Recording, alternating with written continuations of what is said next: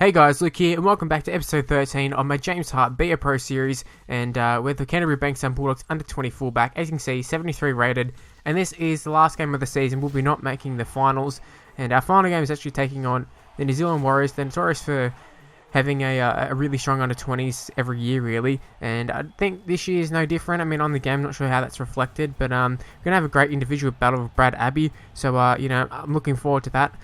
He's actually signed with the Bulldogs in real life for next year, for next season, so on this game, chances are he's not going to be at the club, but it'd be interesting to see who's actually going to be at the club, because obviously the last game of the season, we've got some contract offers coming up, and be nice to see where we're going to end up next year. We only had the 1 year contract first up, and a strong performance here would do well into getting us a first grade contract, though I'm not sure how likely that is.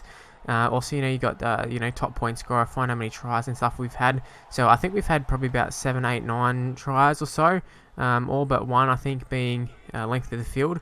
But in terms of actual the game, this game, talking about this one in particular, it's been hot and cold as it has been all season. We've had a few little nice touches, but in terms of the actual team, still not really going anywhere. Saw Lola here. It's really nice to come up against some recognised names. I talked about that before, but he's played first grade before. He's a recognised name. Could arguably rookie of the year this year. So nice to see him there. Not nice to see him step straight around this year, and he's going to race away and score. That was a bad miss from us, but at the same time, where's the sliding defence? I really don't understand why me missing that tackle led him to an open line. There really should have been people coming across, 100%. I don't think you can put that try down to me. I mean, I was the first line of defence then. Someone needed to, cover for me while I was, in the first line, rather at fullback there. Do come up with a nice little tackle there right before half-time. That would have been game over for us, I think, if it's not already, had they'd scored that. Now, we start off the first half pretty well there. You see our stepping's actually, increased a fair bit. Now, Warrior's going to put a nice little tackle in. It is Brad Abbey comes up with a pretty nice tackle there on us to keep us in goal. And I was a bit disappointed to not be able to stay in the field of play there. Well, stay in the field of play. I mean, we never were in the field of play, but to get into the field of play, I sort of pride myself on getting out of those situations. We had been doing it quite well. Now, right here, you see here, I thought the player was actually wrapped up, and this is the third or fourth time I've seen this clip, and every single time I don't see the ball come out until it's already out. So it catches me off guard. It probably caught you off guard as well, I'd have to say. But yeah, in terms of ourselves though, positioning was pretty good there. It's just when we made the tackle, they got an offload, and there's not much you can do about that.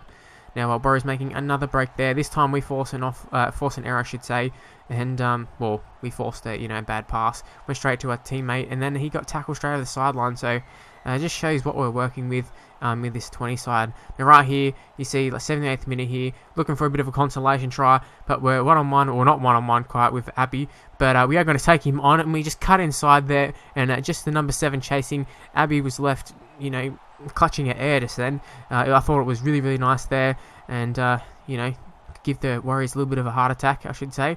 But nothing in the grand scheme of things doesn't really mean much. But individually, it's just another thing to add to our highlights package, which there will be a highlights package video coming up in the near future.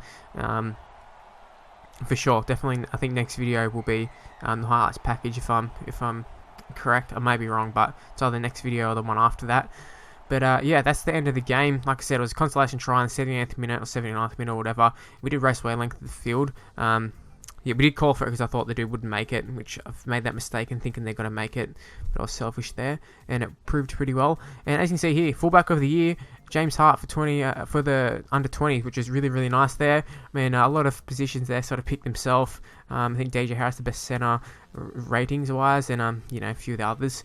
In terms of the finals, you can take a look at the tree, and you see West Tigers and the Raiders, they competed in the grand final, and we're taking a look at the final in a second. And you saw the Tigers, they ended up winning 12-8, so my buddies in the the under 20s, I do the first grade career mode, but the under 20s, they did quite well there. In terms of the NRL, there's the team of the year. Josh Dugan picked up fullback of the year. Thurston got the Dally M, just like real life, probably.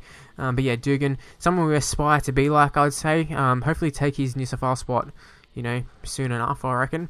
And then in the actual NRL, their tree, it's a bit of a strange one, but in the grand final we saw the Storm and the Dragons, and Storm have done quite well in real life, and Dragons were in the 8 as well. So I mean, it's not the most unrealistic final I've seen on this game, but Storm prevailed. Benji Marshall in a losing side getting Dally M. In terms of transfers here, this is quite interesting. This is a lot of the main ones, but you might see there Clint Gutherson, the fullback, 84 rated, 21 years old, so a long-term prospect, and he signed with the Bulldogs, so I'm not really sure what that means for us, but I mean, ideally, I'd like James Hart to say that the Bulldogs get a crack at first grade, but I'm not really sure how that's going to work out. We'll have to look at some of the offers that we get, but you can see there's a lot of transfers going on here. Some in the NRL, some in Super League, some big names, small names, some unrealistic ones, some realistic runs, but yeah, we'll have to say Bulldogs have made some quite interesting ones, to say the least. I mean, we got 3 hookers on the roster now, with both Leacher and Cook still at the club, and then they went inside Clydesdale, who's 80-something rated as well. But here's all the offers. We did get different offers at different times, and I went through and had a look at all of them, and then I came back to this one, and I thought these ones were the best ones that we got. Obviously different leagues and stuff like that, and different lengths, different amounts of money, but the one that caught our eyes, obviously the Bulldogs one. I've got a soft spot for them, and I would love to stay with them, and I think that's what we're going to be doing. We are going to take the NRL contract this time, taking less money, and we went for the 1-year deal in case nothing works out with them having Gutherson and Corey Thompson most likely ahead of us. I do expect to be playing reserve grade next year, but just hoping that there is the option that we will be able to force our way into the first grade spots. Maybe if we play a few good games in the preseason, who knows what will happen. But we'll have to wait and see that. We'll wait and see what happens when the series comes back properly, and I'm not sure exactly when that is, but there'll be a little bit of a hiatus, and then we'll be back. And yeah, hopefully you did enjoy the video. If you did, please leave a like, subscribe to my channel, follow me on Twitter at Mr. Luke YT, face the page in the description below, and if you leave any comments, I'll definitely get back to you. You need any tips or anything on the game, I'll be sure to help. And yeah, thanks for watching, guys, and I'll see you next time. Bye!